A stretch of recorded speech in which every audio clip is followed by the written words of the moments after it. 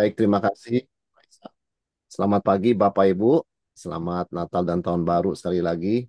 Kita bersyukur boleh melanjutkan studi kita dari surat Ibrani. Mari sebelum kita mulai, saya mengajak kita sekali lagi berdoa memohon pimpinan Tuhan. Tuhan, terima kasih Engkau memberi kami tahun yang baru ya Tuhan dan telah memimpin kami melewati tahun yang lampau 2024. Dan terima kasih di dalam tahun baru ini kami boleh memulai mengisinya dengan mempelajari firman-Mu. Kami berdoa biarlah setiap kerinduan untuk kami mengenal Engkau melalui firman-Mu boleh sungguh dipuaskan dan boleh sungguh dijawab ya Tuhan sehingga kami boleh bertumbuh dan kami boleh mendapat kekuatan dan pengharapan untuk menjalani hidup yang Tuhan berikan di tahun baru ini. Terima kasih Tuhan, urapi hamba-Mu dan berkati setiap kami. Dalam nama Tuhan Yesus kami berdoa. Amin. Oke, saudara, kita akan bersama-sama melihat Ibrani 7 ya pada pagi hari ini. Jadi tentang Melkisedek. Saya akan bacakan ayat pertama sampai ketiga lebih dahulu. Sebab Melkisedek adalah Raja Salem dan Imam Allah yang Maha Tinggi. Ia pergi menyongsong Abraham ketika Abraham kembali dari mengalahkan raja-raja dan memberkati dia. Kepadanya pun Abraham memberikan 1/10 dari semuanya. Menurut arti namanya, Melkisedek adalah pertama-tama Raja Kebenaran dan juga Raja Salem, yaitu Raja Damai Sejahtera. Ia tidak berbapak, tidak beribu, tidak bersilsilah. Harinya tidak berawal dan hidupnya tidak berkesudahan. Dan karena ia dijadikan sama dengan anak Allah, ia tetap menjadi imam sampai selama-lamanya.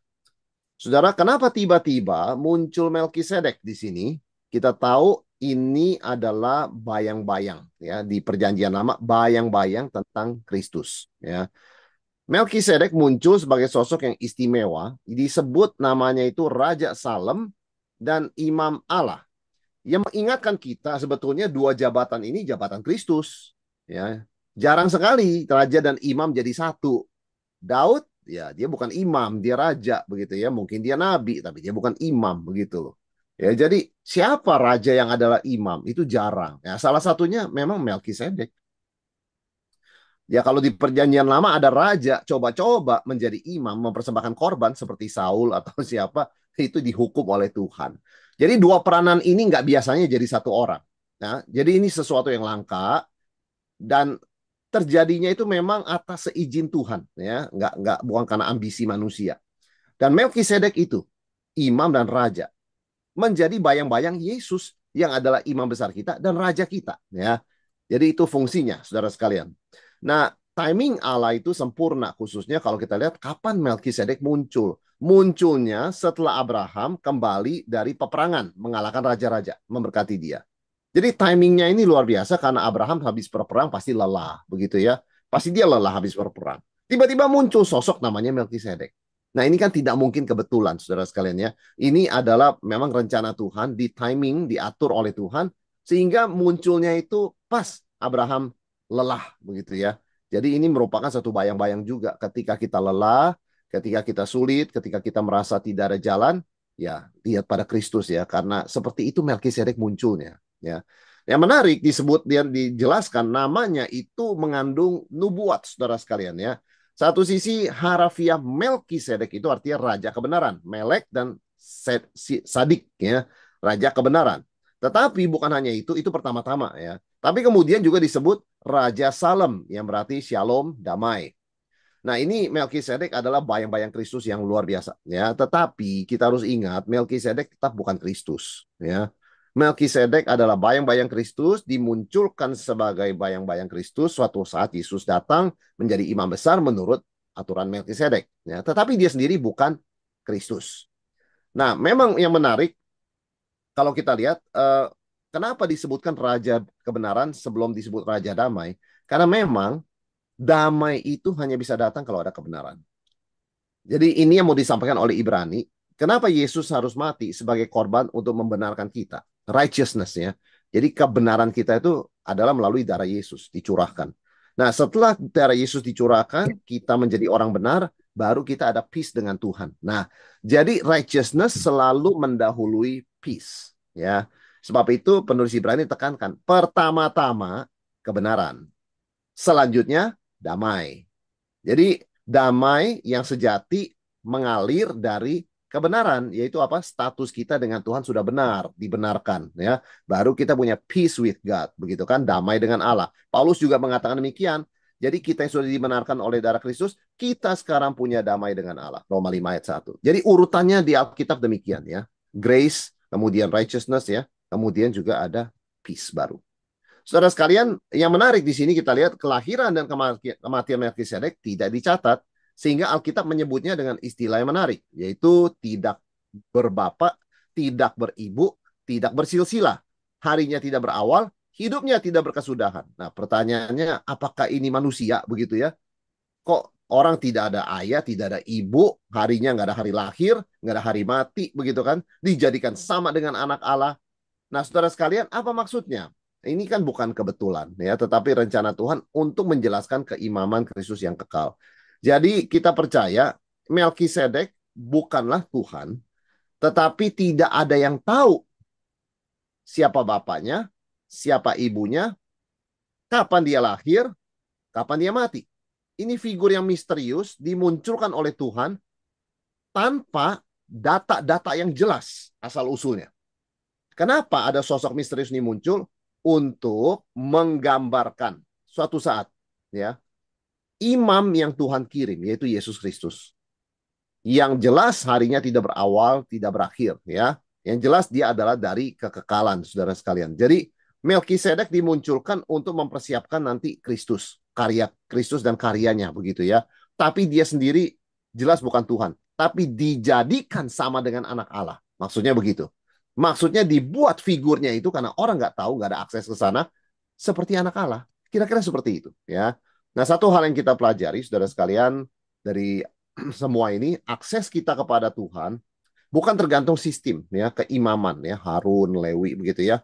Tapi pada pribadi Kristus yang selalu available untuk kita, yang digambarkan oleh Melkisedek, yang kekal seolah-olah begitu ya, tidak berawal, tidak berakhir, tidak berbapak, tidak beribu. Jadi nggak ada beban, nggak ada ikatan, begitu ya, nggak ada keterbatasan, tetapi selalu available. Kira-kira demikian ya. Waktu Abraham lemah, lelah, muncul dia, ya, seperti itu.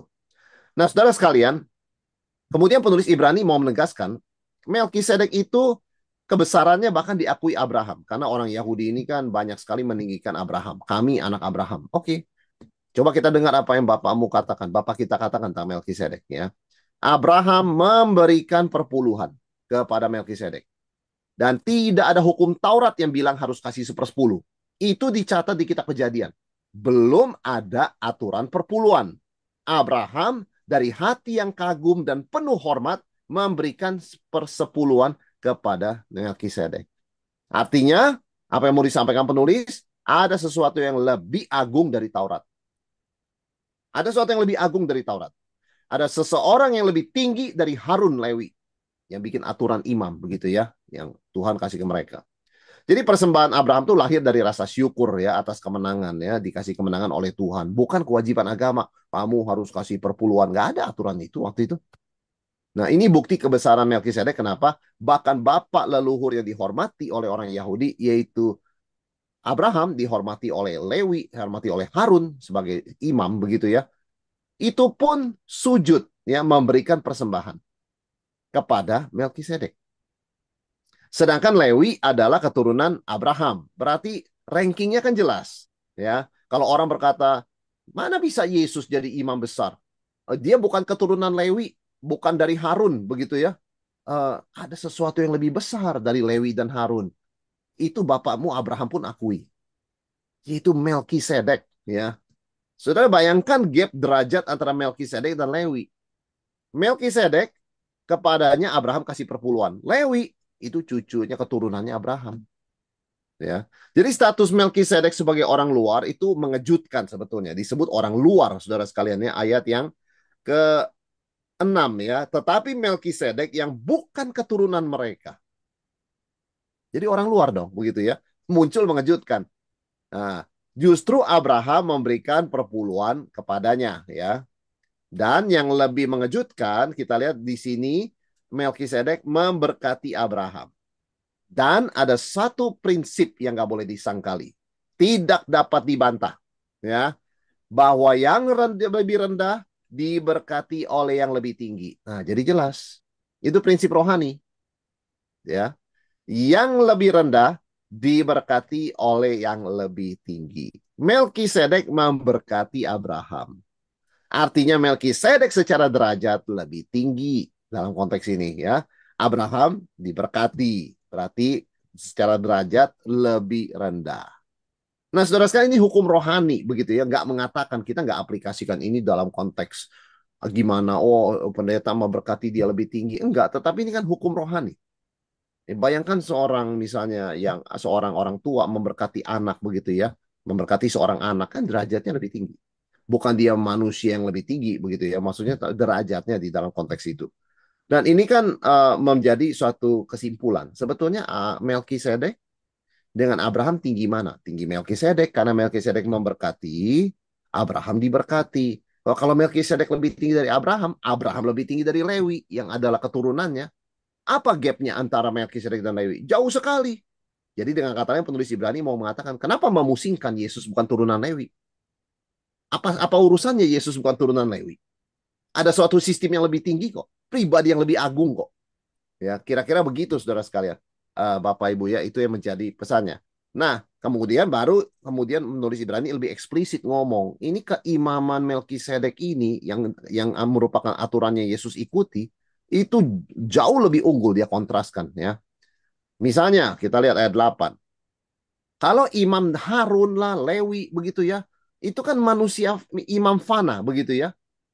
Sedangkan Melkisedek forever. Kita nggak tahu kapan dia lahir, kapan dia mati, bapaknya, ibunya, kita nggak tahu.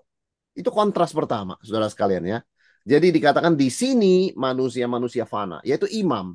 Sudah terima perpuluhan, kemudian dia udah tua, dia meninggal, dia mati. Digantikan oleh anaknya. Wah, berarti kan fana. Sudah terima perpuluhan, meninggal. Pada akhirnya kan fana. Tetapi di sana Melkisedek dikatakan bahwa dia hidup, ya. Nah, ini memberikan jaminan bahwa Kristus imam besar kita selalu hadir dan tidak pernah tutup layanan saat kita membutuhkannya. Imam, katakan Harun atau anaknya Harun, begitu ya. Kena api dihanguskan gitu ya oleh Tuhan karena mereka salah memberi persembahan. Ya sudah, Nadab Abihu. Misalnya ada orang, saya senang dilayani oleh Imam Nadab. Sudah meninggal orangnya, dihukum oleh Tuhan. Jadi tutup layanan, harus cari imam yang lain. Kalau Yesus Kristus nggak pernah tutup layanan, nggak pernah ngomong close begitu ya, kayak toko begitu kan, ada open, ada close, ada cafe ya, ada open, ada close. Yesus nggak pernah close karena nggak pernah mati, saudara sekalian. Dia hidup kekal, maksudnya ya. Dia sudah mati, dia bangkit, dia tidak pernah kalah oleh maut. Sedangkan imam-imam fana itu kalah oleh maut. Satu saat mereka mesti tutup layanan. Lewi membayar perpuluhan kepada Melkisedek. Nah, ini menarik sekali. Lewi sama Melkisedek nggak ketemu begitu ya, tapi kok bisa dibilang memberi perpuluhan? Menurut penulis Ibrani, eh, Lewi masih di dalam tubuh Abraham. Ya, jadi menarik. Penulis Ibrani mengatakan, waktu Abraham memberi perpuluhan pada Melkisedek, Lewi di mana? Lewi belum ada. Di mana adanya? Pasti sudah ada. Ada di genetiknya Abraham. Lewi itu kan keturunan Abraham, berarti genetiknya dari Abraham. Nah, kalau Abraham sujud memberikan perpuluhan pada Melkisedek, maka Lewi yang masih dalam genetik Abraham sudah ikut memberi perpuluhan pada Melkisedek. Jadi jelas Melkisedek lebih superior dari Lewi. Ya, jadi Lewi sudah membayar saat dia masih dalam kandungan Abraham leluhurnya. Jadi yang mau disampaikan apa sih poinnya, saudara sekalian?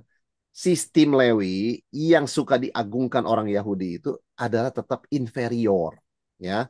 Bahkan sebelum sistem itu sendiri dimulai, perpuluhan itu kan dimulai setelah zaman Musa, Harun begitu ya. Tetapi ini Lewi, saudara sekalian, yang jauh sebelum perpuluhan itu dimulai, itu sudah memberikan perpuluhan ketika Abraham memberikan perpuluhan. Nah, ini argumentasi penulis Ibrani, ya.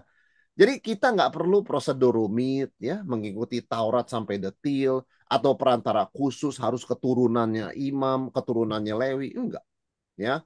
Memang sejak semula Tuhan punya maksud mempermudah manusia datang kepadanya, bukan mempersulit ya.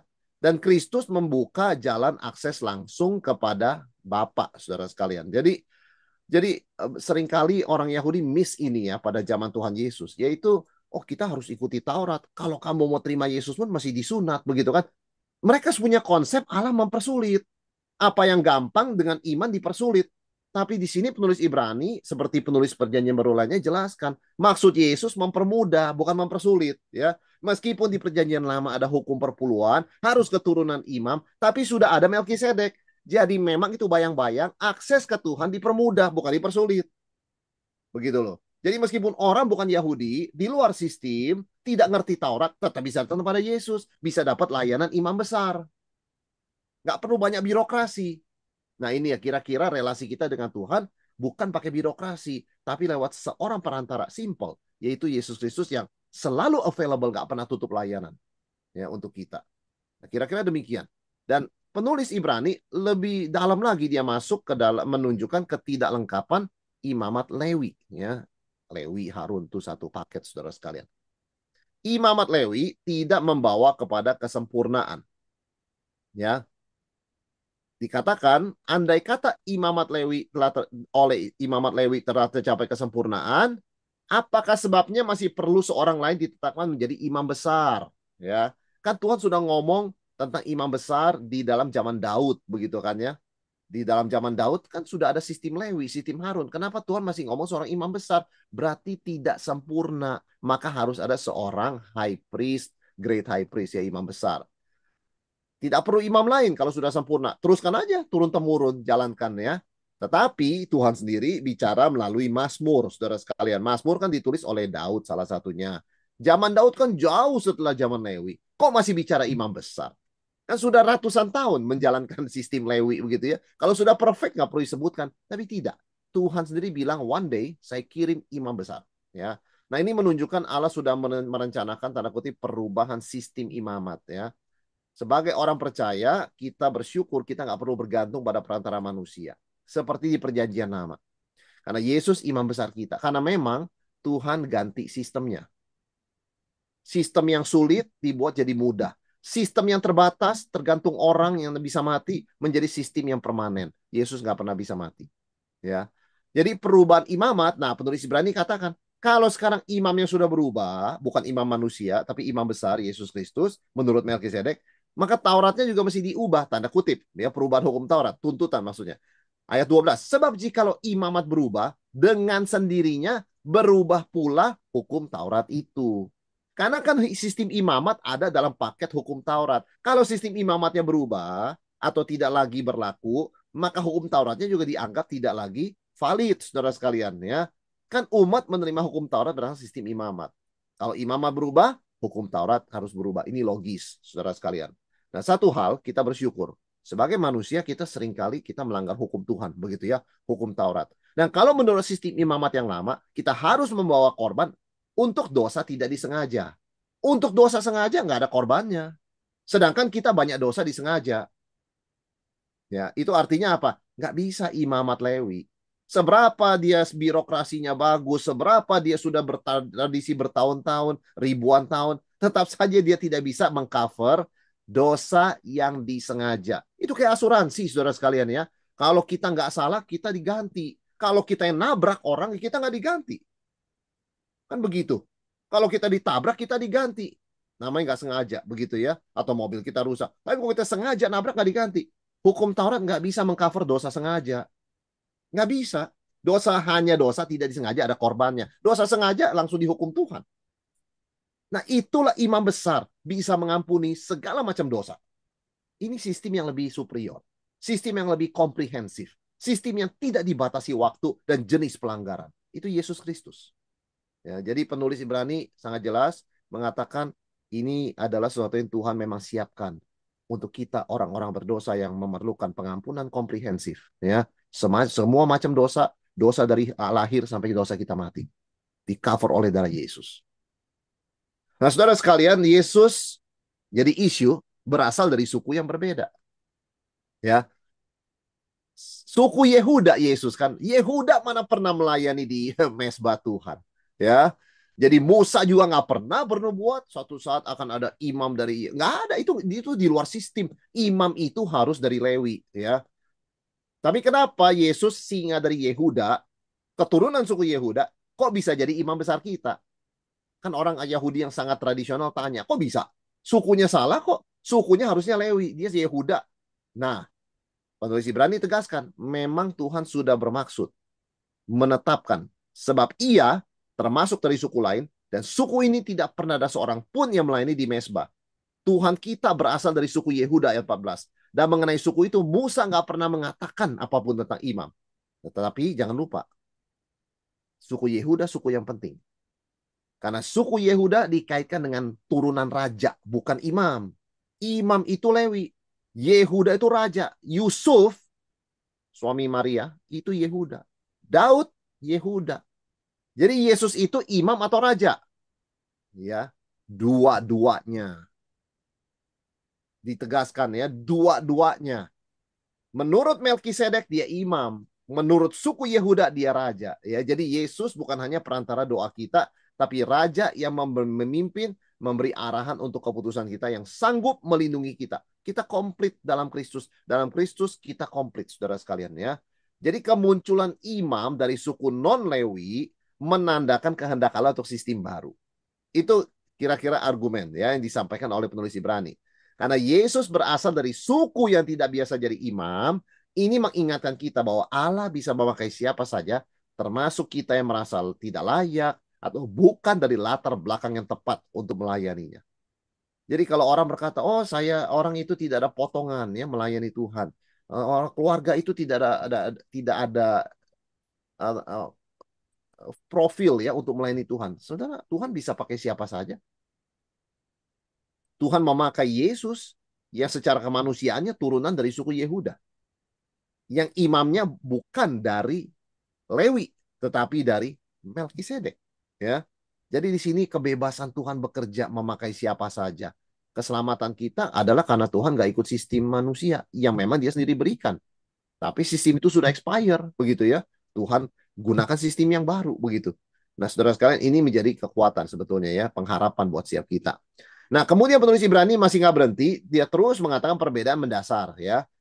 Perbedaan apa yang lain antara imamat Lewi dan Kristus, yaitu berdasarkan asal usul, bukan berdasarkan asal usul duniawi, yaitu identitas imamnya itu berdasarkan penerimaan Allah. Jadi dasarnya apa? Orang percaya Yesus adalah imam yang ditetapkan oleh Tuhan. Ya, dikatakan ayat 16, dan menjadi imam bukan berdasarkan peraturan-peraturan manusia, tapi berdasarkan hidup yang tidak dapat binasa. Nah, ini yang mau disampaikan oleh penulis Ibrani, yaitu apa? Imam lain kan mati, Yesus bangkit, ya. Berarti ini yang Tuhan pakai. Yang bangkit bukan yang mati, tidak bangkit. Yang bangkit yang Tuhan pakai. Jadi imamat Yesus menurut Melkisedek itu memang lebih tinggi, ya. Dalam pelayanan kita melihat juga hubungan kita dengan Kristus dan bagaimana dia bentuk karakter kita, itu yang terpenting, ya.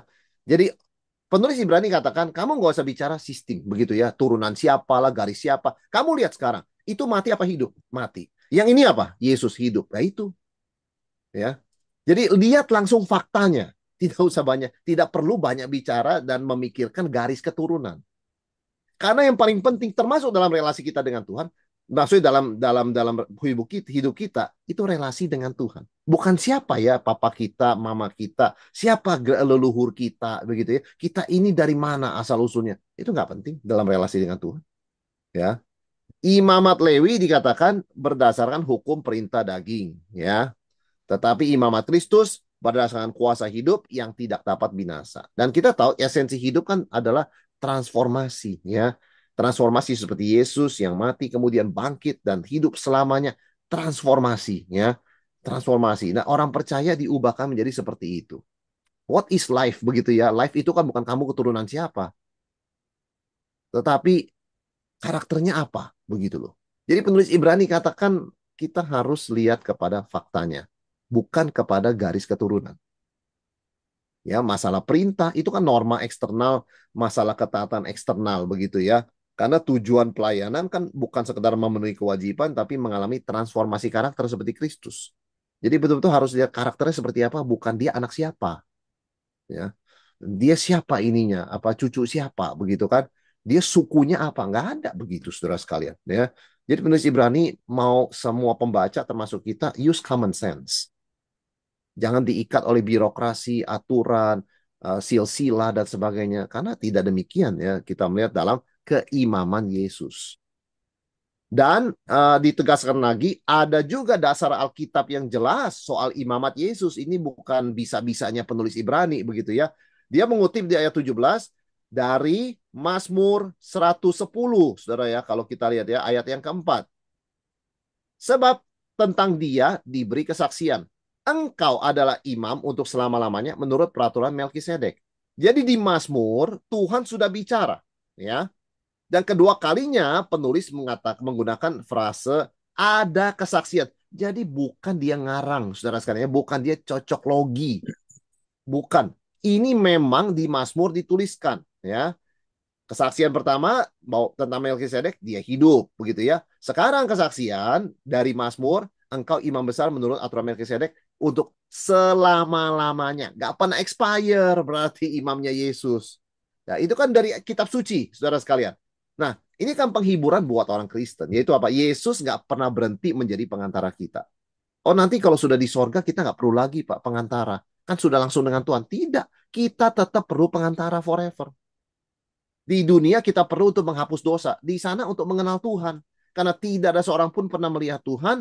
Hanya anak Allah yang pernah melihat dan anak Allah yang menyatakan. Bagaimana bisa kenal Bapa kalau nggak lewat Yesus? Bahkan di sorga pun. Karena Bapa adalah roh, saudara sekalian. Yang kelihatan itu kan Yesus. Ya, jadi bahkan ketika kita tidur, sakit, lemah, sadar, nggak sadar, Tuhan Yesus tetap hidup dan aktif mendoakan kita. Ini kan hidup selama-lamanya, maksudnya demikian, saudara sekalian. Tidak dibatasi oleh kondisi dan situasi, termasuk tidak dibatasi oleh apapun juga. Ya, jadi imamat Yesus itu seperti Melkisedek, bersifat selamanya. Nah, satu hal kita belajar ya, kalau menghadapi masalah dalam hidup ini, kadang ada masalah yang tidak berujung ya, saudara sekalian. Ya. Ada masalah nggak berujung. Masalah yang kalau kita jujur ngomong itu di bawah seumur hidup sebetulnya. Ya. Kalaupun ada masalah demikian, kita bisa berpegang pada penghiburan bahwa Yesus pun tidak pernah dibatasi waktu. Ya, pelayanan dia, availability Yesus untuk menolong kita tidak pernah tutup layanan, nggak pernah balik lagi sejam dia lagi istirahat, nggak pernah, saudara sekalian. Itu yang luar biasa. Sehebat-hebatnya bisnis dunia ini 24 jam, pasti ada stopnya. Ya, ganti orang begitu kan ya, ganti owner mungkin, ganti staff, tapi Yesus tidak, tetap dia. Dan apa yang Tuhan sudah berikan di sini dalam Mazmur, engkau adalah imam besar menurut aturan Melkisedek untuk selama-lamanya, ya. Dan Yesus akan setia mendampingi kita sampai masalah itu selesai. Satu hal, saudara sekalian, itu penulis Ibrani tunjukkan luar biasa. Kenapa kepada Daud yang hidup ratusan tahun setelah Lewi dan Harun begitu ya, sudah ada sistem imam. Kok Tuhan masih sampaikan ada imam lagi? Imamnya pakai aturan Melkisedek lagi. Mengapa ada demikian? Nah, misteri itu solusinya adalah Yesus Kristus. Jadi pembaca yang menolak ini tidak bisa berargumen. Ya siapa ya? Kenapa Tuhan ngomong sistem Imam Melkisedek kan sudah ada di Mazmur. Lah, berarti kan di agama Yahudi sudah ada ayat itu. Kenapa tidak terima Yesus? Karena Yesus yang paling cocok menggenapinya. Saudara sekalian ya. Imam besar menurut peraturan Melkisedek demikian. Nah, kemudian penulis Ibrani teruskan di dalam ayat yang ke-18 mengenai hukum Taurat yang bersifat lama dan pengharapan baru. Saudara, memang suatu hukum yang dikeluarkan dahulu dibatalkan kalau hukum itu tidak punya kekuatan karena itu tidak berguna, ya. Sekalian perintah lama dibatalkan karena lemah dan tidak berguna. Kita tahu misalnya di Indonesia dulu anak-anak ada aturan ujian nasional. Kalau tidak ujian nasional tidak bisa dapat ijazah SMA ya atau sertifikasi dari pemerintah. Tapi kan sudah dihapus berapa tahun yang lalu. Ya. Artinya apa? Kita pernah ada hukum seperti itu, ujian nasional. Tapi hukum itu kan nggak berlaku lagi. Lemah, tidak berguna. Begitu kan kira-kira. Jadi pada waktu diterbitkan itu aturan baik. Tetapi terbukti dalam waktu tidak berguna. Ya mungkin nanti diadakan lagi saya tidak tahu ya bentuknya gimana. Tetapi at least sekarang ini seperti itu. Nah istilah lemah digunakan di sini menunjukkan ketidakmampuan. Ini bicara Taurat. Taurat itu bagus. Taurat itu datangnya dari Tuhan. Begitu ya. Tetapi Taurat weak. Kenapa? Nggak bisa menolong kita melakukan dia. Akibatnya tidak berguna untuk keselamatan kita. Malah oleh Taurat kita semakin jauh dari Tuhan karena kita melanggar. Makin dilarang nggak boleh, makin dilakukan. Itu sebabnya Taurat dalam hal ini disebut dengan dua istilah ya, lemah dan tidak berguna. Konteks ini, saudara sekalian ya. Nah, ini membebaskan kita dari kecenderungan kita untuk terus-menerus membuat daftar peraturan baru dalam hidup rohani. Jadi seringkali spirit Taurat itu tidak sadar ya, Bapak Ibu ya, kita bawa begitu kan ya di dalam hidup kita ya. Nah, kita perlu diingatkan lagi sebetulnya tidak demikian ya di dalam Kristus. Fokus kita adalah membangun relasi yang akrab dengan Allah ya. Karena hukum Taurat tidak membawa apapun kepada kesempurnaan. Semakin menjalani, semakin melanggar. Semakin tidak sempurna, semakin jauh dari Tuhan. Nah, ini hukum Taurat ya. Sebaliknya dalam Kristus, sistem baru membawa pengharapan yang lebih baik. Ya, kita bisa menghampiri Tuhan. Kalau Taurat itu kan ada jarak kita sama Tuhan, dan kita pasti melanggar Taurat, makin jauh dari Tuhan, ya kan? Kita terpaksa memberikan korban begitu loh untuk bisa dekat lagi. Kalau dalam sistem Kristus karena dia adalah korban, imam besar dan sistem baru, kita bisa langsung dekat dengan Tuhan. Ya, nggak ada jarak antara kita dengan Tuhan yang begitu jauh, seperti di Perjanjian Lama. Nah, bukan sekedar ritual ya, tetapi ini sebuah realitas yang digenapi dalam oleh Yesus yang duduk di sebelah kanan Allah. Artinya apa? Konstan Yesus di sana, memerintah di sana, available buat kita, menjadi pengantara kita. Ini kan pengharapan lebih baik. Kita bisa lebih dekat pada Tuhan. Karena pengantara kita ada di sebelah kanan Allah. Apa yang kurang dekat, begitu kan? Sedangkan di dalam sistem yang lama, orang tuh ada jarak jauh sama Tuhan. Itu sebabnya kalau mengerti Yesus sebagai imam besar, harus rajin-rajin mendekat pada Tuhan. Seorang yang tidak mengerti Yesus imam besar, ya dia merasa ada jarak dengan Tuhan. Tapi kalau kita mengerti sungguh-sungguh pelayanan Yesus dan pribadi Yesus sebagai imam besar, kita mau mendekat, menghampiri, itu bedanya. Ya. Nah, saudara sekalian, ditegaskan lagi oleh penulis, ini aturan soal imam menurut Melkisedek ini sumpah ya statusnya ya. Ayat 21. Ini kutipan juga saudara sekalian ya dari Mazmur 110. Tuhan telah bersumpah dan ia tidak akan menyesal. Engkau adalah imam untuk selama-lamanya. Menurut peraturan Melkisedek. Saudara, khusus peraturan imamat Yesus menurut Melkisedek disertai sumpah. Wah, ya. Disertai sumpah saudara, Mazmur 110 maksudnya ya, bukan 109. Nah, ini memberikan gambaran utuh Tuhan telah bersumpah dan tidak akan menyesal ya. Sumpah ini menjadi bukti keunggulan imamat Kristus karena ada sumpah. Ada sumpah berarti itu lebih tinggi saudara sekalian ya. Jadi ada sumpah itu lebih tinggi. Nah, ini yang kita lihat.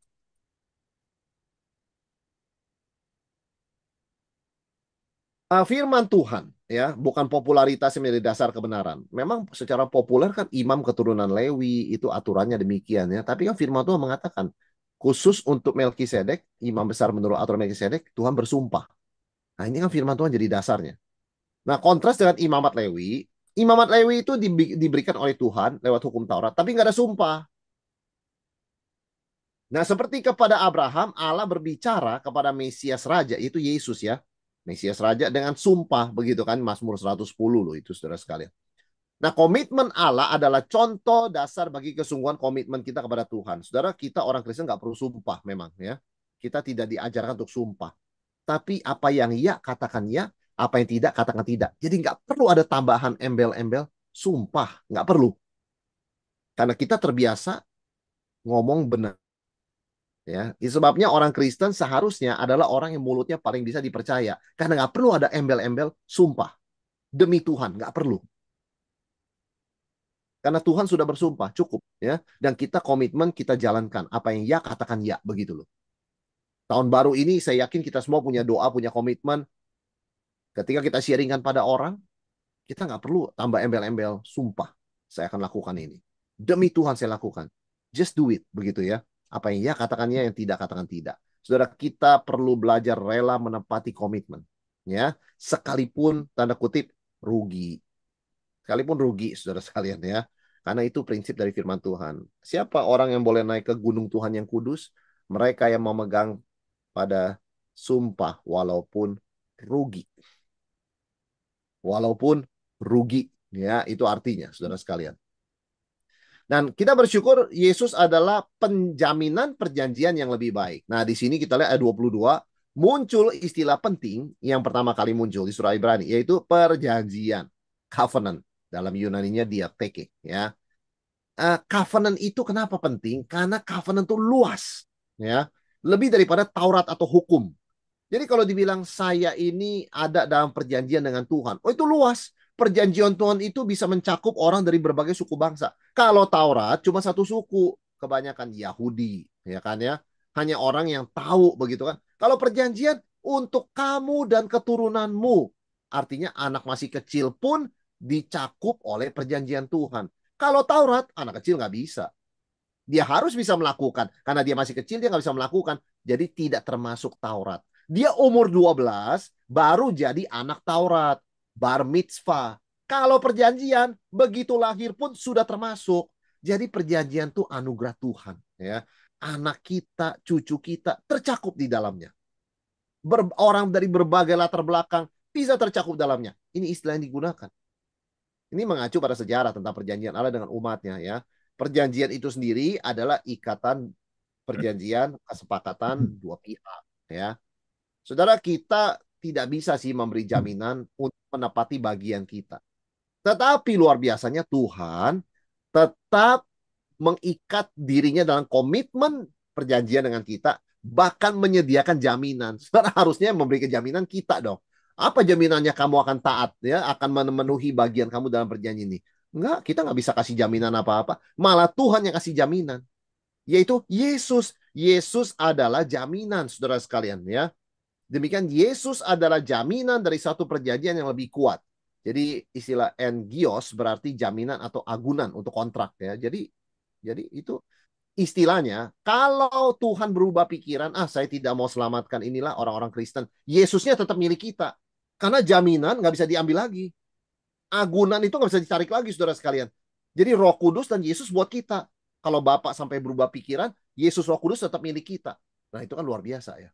Saudara bayangkan luar biasanya jaminan yang Tuhan kasih. Kan nggak mungkin Tuhan berubah pikiran. Yesus adalah jaminan Allah untuk perjanjian yang lebih baik, ya. Dan bagaimana dia berikan jaminan? Memberikan dengan nyawanya. Ya, itu sebabnya kita bersyukur sekalipun kita pernah gagal, mungkin kita sedang gagal, kita bisa bangkit. Karena Yesus jaminan kita dalam relasi dengan Tuhan. Bukan performa kita. Saudara sekalian, ya. Orang sering kali berkata, aduh enak sekali loh makan di restoran itu, tapi hari ini makan kok rasanya lain. Nggak ada jaminan makan di restoran yang sama, kualitasnya sama seperti dulu kita makan. Nggak ada jaminan. Ada yang berkata, oh itu restoran terkenal sekali sudah puluhan tahun, tapi akhir-akhir ini rasanya tidak fresh begitu, ya. Nggak ada garansi, saudara sekalian. Meskipun tulisannya dijamin. Yang bisa menjamin itu cuma Yesus Kristus, ya, dalam hidup ini. Dan kita bersyukur dia adalah imam besar kita. Dan karena itu Yesus tidak bisa digantikan, disebut selama-lamanya. Dalam jumlah besar mereka menjadi imam, mereka dicegah oleh maut untuk tetap menjabat imam. Keturunan Harun mati digantikan anaknya, anaknya mati gantikan cucunya. Jadi harus expire, ya, oleh maut, ya, keterbatasannya. Harus ada banyak imam karena nggak bisa hidup selamanya. Mereka mati, masa pelayanan mereka berakhir. Dan banyaknya imam menunjukkan inferioritas sistem ini. Kalau superior satu aja cukup. Karena inferior mesti banyak. Iya dong, sama seperti pesawat tempur satu negara. Wah, pesawatnya berapa? 100. Lawan berapa negara ini? Lawan 20. Loh, kok begitu banyak? Karena inferior kualitasnya. Radarnya kurang kurang canggih. Ini 20 pesawat sangat canggih, cukup menghadapi 100. Nah, itu kan superioritas namanya. Nah, saudara sekalian, sebaliknya imamat Kristus hanya perlu satu. Karena mungkin ada orang mengejek, oh, kalau sistem Harun banyak imamnya. Kalau sistem Melkisedek berapa? Satu, karena superior. Karena Yesus hidup tetap untuk selamanya. Dia ditinggikan, dimuliakan di sebelah kanan Allah. Ya. Dan karena dia selama-lamanya imam besar, nggak bisa beralih. Yesus tidak bisa digantikan seperti pegawai digantikan AI. Tidak bisa. Tuhan Yesus itu tidak pernah expire, tidak pernah bisa digantikan. Irreplaceable. Nah, ini kan jaminan buat kita. Istilah aparabaton, ya. Tidak bisa digantikan, tidak bisa dilampaui, tidak bisa disaingi. Jadi nggak ada sesuatu yang lebih tinggi dari imamat Yesus menurut aturan Melkisedek, ya. Dan lagi pula Yesus sudah mengalahkan maut dan iblis yang berkuasa sehingga dia adalah imam besar yang hidup dan selamanya.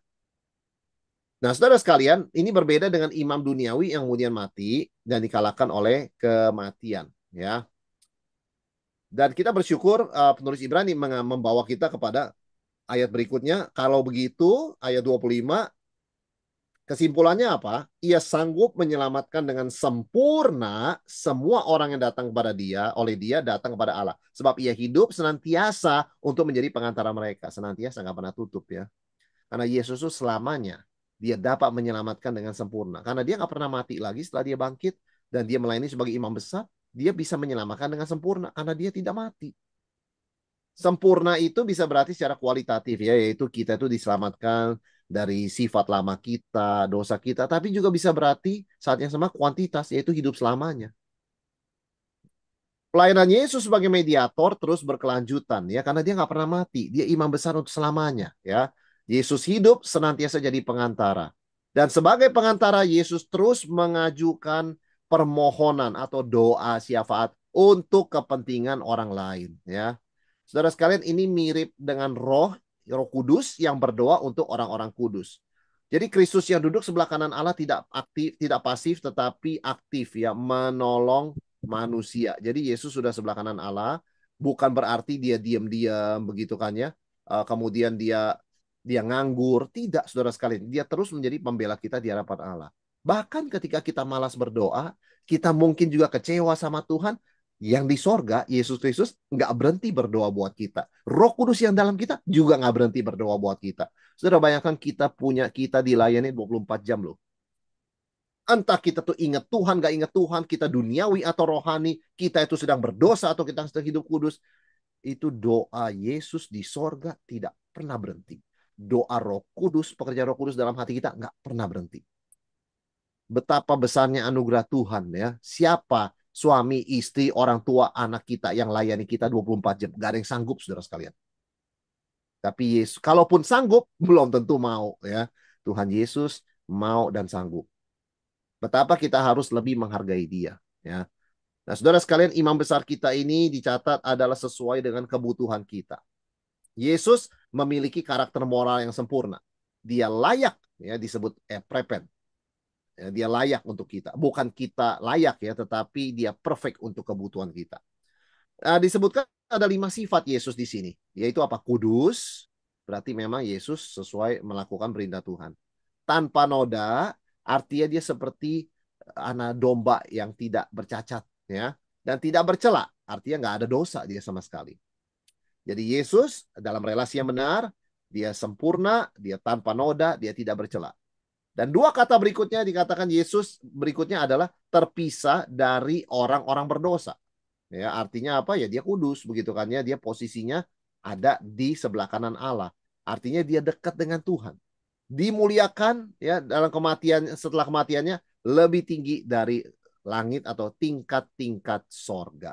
Ya, jadi meskipun dia kudus dan terpisah dari orang berdosa ada di sebelah kanan Allah, dia tetap mengasihi, melayani dan berdoa bagi orang berdosa. Jadi betapa komplitnya apa yang disediakan bagi kita, saudara sekalian ya. Kondisi moral dan spiritual kita ini, sekalipun parah, itu tidak menghalangi kita mendoakan dan mengasihinya. Ya, tetap menjaga diri kita terpisah dari dosa mereka. Saudara, seringkali kita dalam doa syafaat begitu ya untuk siapa, untuk seorang teman, seorang saudara, kita merasa seringkali putus asa. Kok makin didoain, makin parah orangnya ya, makin jauh dari Tuhan. Saudara, kita ikuti teladan Yesus. Kadang-kadang kita jauh dari Tuhan, doa Yesus tidak berkurang ya intensitasnya. Dia tetap mendoakan kita sama ya dengan kasih, dengan kesungguhan mendoakan kita di hadapan Bapa. Ya, kita juga demikian sebagai pendoa syafaat, meskipun kondisi tidak bertambah baik begitu ya.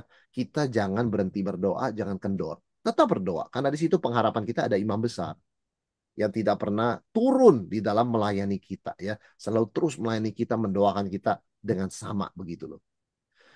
Dan kita melihat pada akhirnya ayat 27 yang tidak seperti imam-imam besar lain yang setiap hari harus mempersembahkan korban untuk dosanya sendiri, sesudah itu baru untuk dosa umatnya. Sebab hal itu dilakukannya satu kali untuk selama-lamanya ketika dia mempersembahkan dirinya sebagai korban. Imam besar sekalipun harus 2 tahap. Satu, disucikan dengan memberikan korban untuk dosanya sendiri. Baru yang kedua bisa melakukan untuk orang lain. Two steps. Two steps ya. Yesus one step. Itu yang disebut dengan efisien. Kalau kita bicara dunia perusahaan begitu ya, dunia korporat saudara sekalian. Efisien itu apa? Kalau bisa dari 2 tahap dilakukan dalam 1 tahap, itu efisien. Ya, Imam Lewi harus mempersembahkan korban setiap hari. Ya, pertama untuk dosa mereka sendiri, step one. Step kedua untuk dosa orang lain. Ini ada kesulitan besar. Karena korban ganda ini kan cuma setahun sekali, very limited. Hanya setahun sekali mereka masuk begitu kan, saudara sekalian. Dan ini pertanyaan logis. Ya kalau Kristus bagaimana? Apa dia perlu 2 step juga mempersembahkan korban untuk dosanya sendiri? Disinilah keunggulan korban Kristus. Dia tidak berdosa. Karena itu directly yang dia lakukan buat kita. Bukan buat dirinya, saudara sekalian. Ya. Jadi tidak perlu pengulangan karena sudah perfect. Dan korbannya bersifat absolut karena Yesus sendiri adalah Allah dan manusia sejati. Nah ini kita kontraskan dengan sistem yang inferior. Imamnya banyak, mati digantikan anaknya, korbannya terus-menerus, begitu ya. Kemudian diulang-ulang. Kalau diulang-ulang berarti nggak sempurna. Kalau sempurna nggak usah diulang. Orang ujian dapat 100, nggak perlu ngulang. Yang perlu ngulang yang dapat 50. Sistem korban perjanjian lama kenapa diulang terus? Karena 50 inferior. Sistem Kristus nggak perlu diulang. Kenapa? Karena dia 100. Sekali cukup. Perfect buat kita. Ya. Nah, sebagai orang Kristen, saudara sekalian kita bersyukur ya. Karena kita punya Yesus. Nggak perlu kita hidup seperti saya mau nebus kesalahan. Ya. Saya ini banyak dosanya. Saudara sekalian kita nggak perlu hidup dengan konsep seperti itu. Ya. Karena korban Kristus sempurna, kita nggak perlu hidup seperti menebus kesalahan. Kita menebus waktu yang kita sudah buang, ya. Tapi nggak perlu kita menebus kesalahan, nggak bisa. Ya. Kita hidup bagi Kristus. Menebus waktu kita yang sudah terlewatkan begitu saja. Nah, kesimpulannya, saudara sekalian, ada kontras 2 sistem antara imamat ini ya, imamat Lewi dan Melkisedek. Imamat Lewi ditetapkan melalui hukum Taurat. Ya. Dan siapa jadi imam besarnya? Ya, manusia berdosa, manusia lemah. Ya. Tetapi kemudian datang sumpah Allah. Engkau adalah imam besar menurut peraturan Melkisedek. Nah, saudara sekalian, kita bersyukur ya. Artinya apa?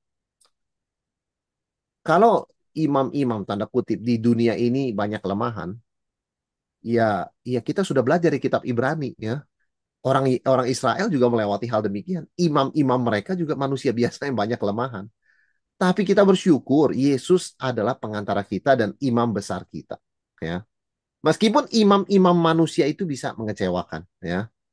Dan firman Allah itu hidup dan sanggup melakukan hal-hal baru bahkan di tengah kelemahan manusia. Nah, karena itu saudara sekalian, kita harus pegang janji Allah. Kita harus pegang firman Allah, ya. Kita harus fokus kepada kesempurnaan Kristus, ya. Ayat 28 mengatakan sebab hukum Taurat menetapkan orang-orang yang diliputi kelemahan menjadi imam besar. Tapi sumpah yang diucapkan kemudian menetapkan anak menjadi sempurna yang telah menjadi sempurna sampai selama-lamanya. Nah, Yesus ini anak Allah yang telah disempurnakan ya. Lolos kualifikasi maksudnya, bukan disucikan dari dosa karena dia nggak berdosa. Disempurnakan sini maksudnya dibuat menjadi qualified ya.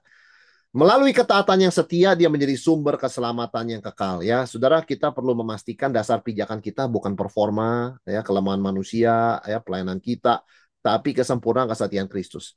Karena imam-imam itu banyak kelemahan ya. Dia tidak bisa jadi pijakan kita. Kristuslah pijakan kita. Maka saudara sekalian, 3 poin yang penting ya dari seluruh Ibrani 7 ini. Kristus adalah imam besar yang selalu available buat kita. Ini menurut Melkisedek, dia selama-lamanya nggak pernah berkesudahan. Bahkan ketika kita lemah atau sakit atau tidur, kita nggak sadar, dia tetap aktif mendoakan kita. Jadi syafaat Yesus nggak pernah berhenti buat kita. Dan kalaupun kita mengalami kegagalan, itu tidak menghentikan relasi kita dengan Allah, karena yang menjadi jaminan bukan ketaatan kita, tapi Kristus sendiri. Betapa indahnya ya anugerah yang Tuhan berikan di dalam Yesus imam besar kita, raja kita, ya sekaligus nabi. Oke, saudara yang terkasih, saya kembalikan pada Pak Ishak ya. Materi kita sampai sekian, Ibrani 7, kita akan masuk ke dalam sesi tanya jawab. Silakan.